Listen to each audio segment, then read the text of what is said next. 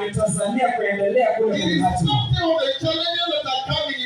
Shari hapa zinazokuja mbele yako. You are moving and marching forward na kuendelea kwenye hatima. Hallelujah. Hallelujah. You can clap for me if you wish. Yeah. Today I want to share with you something about delay is not denial. Leo nataka kushiriki na nyinyi kitu kuhusu kucheleweshwa sio kunyimwa. That's when I say that it's good to listen and not book and the Bible and a pen. Ndio manake nimeishi kusema ni vyema ubebe kitabu cha nukuu na kalamu. Because here in PJ we don't beat around the bush. Sababu hapa katika huduma hii hatupiti njia za mkato. We hit direct the point. Tunagonga mahali palipo. Hallelujah. Hallelujah. If somebody expecting somebody to hit around the bush, they are mistaken. Kama ulikuwa unatarajia mtu apita kando kando, basi umekosea. Tell somebody here we hit direct the point. Ambia mtu hapa tunagonga hapo ndipo. Delay is no denial. Kucheleweshwa sio kunyimwa. I want to speak to people who have been delaying in their breakthrough for some time. Nataka nizungumze na watu ambao kumekuwa na kucheleweshwa katika kutoka kwao kwa muda.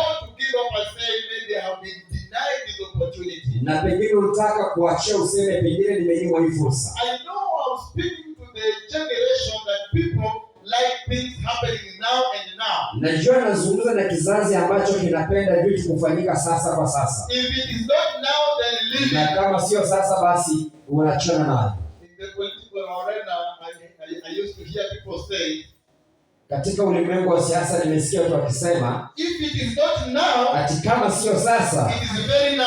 Ni sasa hivi. Is that so? Ni hivyo. If the politician can know that, kama mwanasiasa anaweza jua haya, they can unlock that mystery. Wanaweza fungua hilo jambo. What about you who is tapping direct from the source? Sasa itakwaje wewe ambaye unapokea moja kwa moja tuongea kwa chanzo? Told me some time back that a resource means that he's speaking from the source. Ati msomi mmoja akamwambia pale nyuma kwamba a resource speaks from the source. Kile kinachotiririka kinatoka kutoka kwa mtiririko kamili. So the source is God. Kwa hivyo mtiririko kamili ama chanzo ni Mungu. And the resource is you who comes from God. Na wewe sasa ndio ule ambao mtiririko ambao unatokea kwake. He who picks from a resource. Kwa hivyo yule ambaye anatoka kutoka kwa mtiririko anakuwa mtu wa tatu. How do you call that person? Watatu wanaitwaje? But he, the third generation from the source, if he can discover the mystery of the things that you are supposed to know, what about you? Sasa itakuwa yule ambaye anaweza pokea kutoka akiwa watatu, anajua hayo, itakuwaje kuhusu wewe? Let me ask you a question. Niulize swali. Have you ever prayed, fasted, offered, trusted for something, but it has not taken time? Je, umewahi omba, funga na hata kufanya matoleo na ukaaminia jambo lakini halikutendeka? You sacrifice your time. Umejinyima muda wako, your resources, hata hali zako. You prayed, ukaomba, but nothing is coming up. Lakini hakuna jambo lilitokea. Somebody here. Je, kuna mtu hapa? Just raise up your hand if you are here. Inua tu mkono kama wewe. Yes, but this is speaking to people. Sasa nazungumza na watu. You prayed, petition to God. Ukaomba, ukamwomba Mungu. Even you committed to some other ministries of the gospel. Na hata ukafanya njia zingine za huduma. They told you go and give tithe. Wakakwambia nenda toa fungu. Offering. Sadaka. Love offering. Sadaka upendo. And any type of offering that they will mention. Na aina yote ya sadaka ambazo watataja. And you did the same. Na ukafanya hivyo hivyo. But still the answer was incompleted. Lakini bado jibu lilikuwa halipo. There's no answer. Hamna jibu. You still walk by faith. Bado unatembea kwa imani. Is someone here? Je, kuna mtu hapa? Now today I come for you. Sasa leo nimewakujia. I want somebody to go to the book of Daniel. Nataka mtu afungue kitabu cha Danieli. That's where your message is. Hapo ndio palipo na ujumbe wako. I want you to read the book of Daniel chapter number 10. Danieli mlango wa 10. Daniel is one of the prophets of God.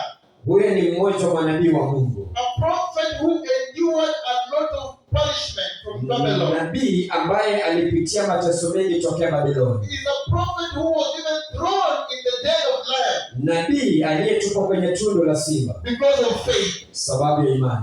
He waited upon the Lord. Alimngojea Bwana. He did not get tired. Hakuchoka. But he answered Nebuchadnezzar. Lakini akamwambia Nebukadneza, even if my God does not answer, hata kama Mungu wangu hatajibu, I know certainly he will answer. Najua kuna muda atajibu. It's just a matter of time. Ni muda tu. My God will answer. Mungu wangu atajibu. It doesn't matter how long it will take. Haijalishi itakawia I know ngapi. my God is Najua Mungu wangu ni Mungu wa and kujibu. today I have come Na to leo tell you nimekuja kukuambia the king of Persia who may be derailing your ya answer. kwamba mfalme wa Persia ambaye anazuia majibu yako, But I want to assure you nataka kuhakikishia wewe our God is an answering God. ya kwamba Mungu wetu ni Mungu wa God kujibu. will send the helper Mungu atatuma msaidizi who will break through and deliver your message. ambaye ataleta ujumbe wako. Whatever you have been looking for, Kile ambacho umekuwa in the ukitafuta, due time of the Lord, basi wakati wa Mungu, God is going to answer you Mungu today. ataenda kujibu leo. Hallelujah. Haleluya. God is an answering God. Mungu ni Mungu wa kujibu. He's over there. Danieli mlango wa 10 mstari wa 10-13. Haleluya. It's a nice story anyway.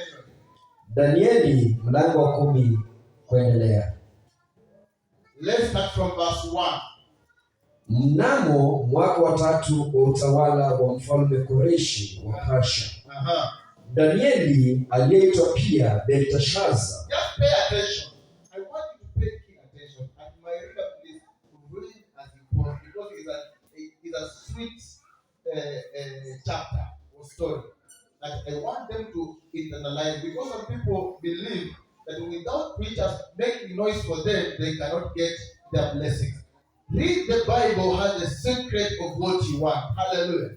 And today we want to read the Bible and explain the Bible and speak the Bible and get deliverance from the word of God. Hallelujah. Yes, you can go. Danieli mlango wake wa 10. Mnamo mwaka wa 3 wa utawala wa mfalme Koreshi wa Persia, Danieli aliyeitwa pia Belteshaza alipewa ufunuo.